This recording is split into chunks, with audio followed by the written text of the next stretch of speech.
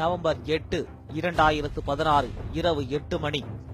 இந்திய பிரதமர் நரேந்திர மோடி கருப்பு பணத்தை ஒழிக்க 500 மற்றும் 1000 ரூபாய் நோட்டுகள் செல்லாது என அறிவித்துக் கொண்டிருந்த அதே நேரத்தில் டெல்லியில் மத்திய அரசின் குழு ஒன்று குவிந்து கிடக்கும் சில ஆவணங்களை ஆய்வு செய்து கொண்டிருந்தது.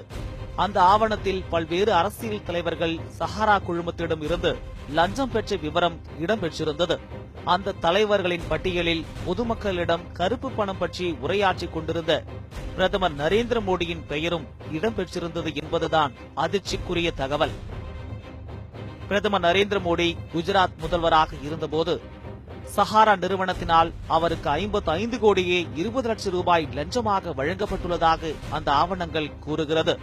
மொத்தம் 13 பரிவர்த்தனைகள் மூலம் இந்த பணப்பரிமாற்றம் நடைபெற்றுள்ளதாகவும், மோடிக்கு மட்டுமல்லாமல் மத்திய பிரதேச முதலமைச்சர் சிவராஜ் சிங் சௌஹான், சத்தீஸ்கர் முதலமைச்சர் ராமன் சிங் போன்ற தலைவர்களுக்கும் சஹாரா இந்தியா குழுமத்தின் நிறுவனர் சுப்ரதா ராய் லஞ்சம் வழங்கியுள்ளதாகவும் அந்த சான்றுகள் தெரிவிக்கின்றன.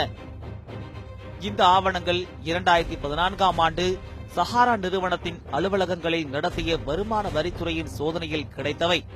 இந்த ஆவணங்களில் வருமான வரித்துறை புலனாய்வு அமைப்பின் துணை இயக்குநர் அங்கிதா பாண்டேவின் கையெழுத்தும் உள்ளது. இந்த ஊழல் குற்றச்சாட்டை வெளிக்கொணர்ந்தவர் சமூக ஆர்வலரும் வழக்கறிஞருமான பிரசாந்த் பூஷன். இதற்கிடையில் டெல்லி சட்டப்பேரவையில் பேசிய முதலமைச்சர் அரவிந்த் கெஜ்ரிவால், குஜராத் முதலமைச்சராக மோடி இருந்தபோது ஆதித்யா பிர்லா நிறுவனத்திடமிருந்து 25 கோடி ரூபாய் லஞ்சம் பெற்றதாக குற்றம் சாட்டியுள்ளார்.